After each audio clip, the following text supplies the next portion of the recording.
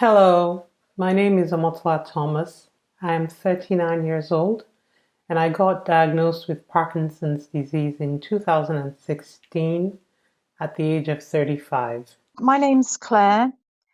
I'm 60 years old and I was diagnosed with Parkinson's disease age 56 4 years ago. Hello everybody, my name is Paul Nichols. I was diagnosed when I was age 47. I'm now 52. My name is Arthur. I am 53 years old. 6 years ago, I was diagnosed with Parkinson's disease. I am Enrique. I have Parkinson for 5 years. I am 77 years old. Hello, everybody. I'm a carer, actually, for my husband, John, beside me now. And he has been diagnosed when he was 60, actually, when he was at work. And now he is 76. Hi, my name's Charlotte Allen. I'm 52 and I was diagnosed with Parkinson's 16 years ago at 36. My name is Nick Morris. I was diagnosed at the age of 50 and I'm 62 now. Hi, my name is Russ. I was diagnosed with young onset Parkinson's disease in 2012. Ironically, on the 4th of July. Hi, my name is Ian Rodriguez, and I was diagnosed at a young onset with Parkinson's at age 25. I'm 43 now, so I've been battling this disease for about 18 years now. Well, hi, I'm Pam. I'm 65. I was diagnosed when I was 58. My name's Ewan, and I live in Edinburgh in Scotland. I was diagnosed with Parkinson's just over a year ago at the age of 53. I'm now 54, although I've probably had symptoms which I didn't understand since about 2016. My name is Tanya, and I am 47 years old, and I live in Canada. I was 42 years old when I was diagnosed with young onset Parkinson's disease after being misdiagnosed at the age of 40 with essential tremor. My name is Fred Schwab. I'm Rochester, New York. I'm 45. I was diagnosed at 42 years old with Parkinson's, and I had struggled with symptoms since I was in my mid-20s. Okay, my name is Hannington Kavugo, and I was a caregiver of my mom who had Parkinson's 12 years ago, and I'm now a caregiver of 32 Parkinson's patients in Uganda and a senior advocate of Parkinson's disease in Uganda. Hello, my name is Matthew and I have Parkinson's. I was diagnosed at the age of 44 and I suffer with slowness, depression on a daily basis. And it is hard for me to adjust to a world that is moving so fast. Symptoms that I suffer with mainly include slowness, feeling unbalanced, reduced range of movement on my left side, some tremor on my left side. I have a tendency towards depression. I have poor sleep, and I have a tendency to hunch forward. Being able to keep up with the daily tasks that I have as a wife and as a mother of a 13 and a 10-year-old, having to have other members of my family basically pick up the slack where I can't keep up. It makes me feel very inadequate, and that's very difficult. Also keeping up with social engagements. I have friends who want to, I get invited to go out for drinks or to hang out. It's difficult for me to drink or to use cutlery outside because of tremors, rigidity, stiffness.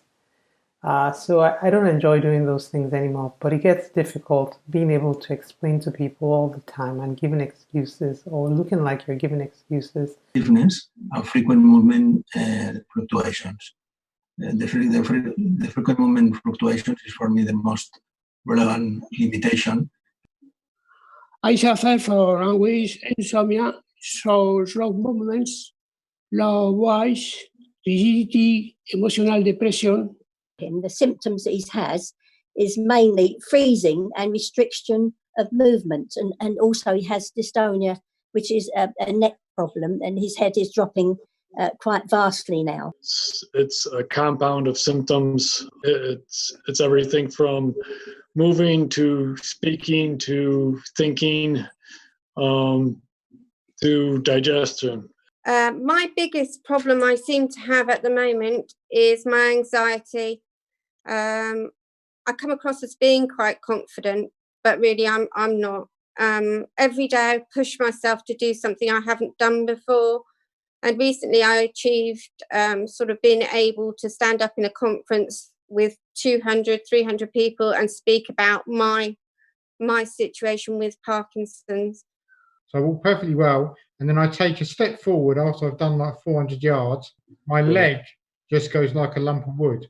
Since I was diagnosed, I've been gradually having a little trouble walking. I would say my experience of having Parkinson's and people in the street or people I'm working with and so on is genuinely very positive. Once they establish you're not drunk. I can look perfectly okay, but I can suddenly find really simple things very difficult, such as writing in a form or finding money, or just sometimes if I'm walking, I can suddenly start cramping up and have to pull over to the side. I live alone, and that sort of adds a complication to doing everything, dressing, your housework, cooking, anything. It just takes a lot more effort and planning to get by in the daily world, just to do anything really. It's a full-time job just trying to manage my medications and exercise so that I can function on a somewhat normal level. Symptoms that I have the hardest time dealing with are rigidity, bradykinesia or slow movements, tremors, apathy, fatigue, and medication-induced dyskinesia, which I'm having right now.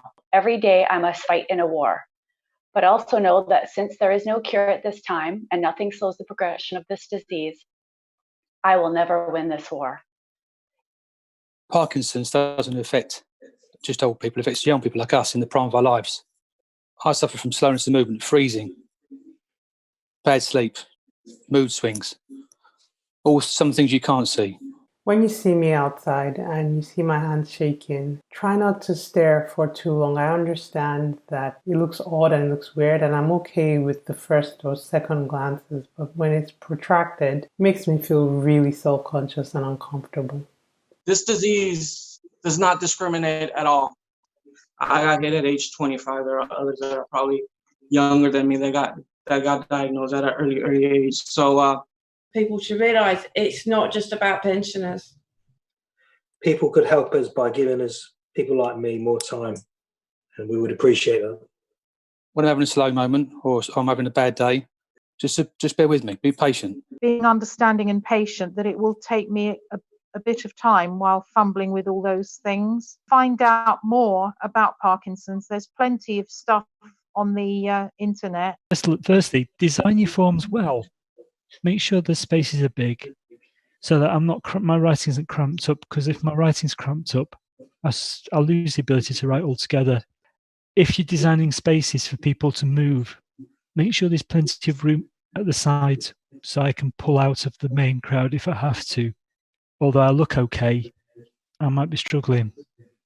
I kindly request our friends, people who feel touched about what we are doing, to help our Parkinson's patients with medication who really cannot afford the medication.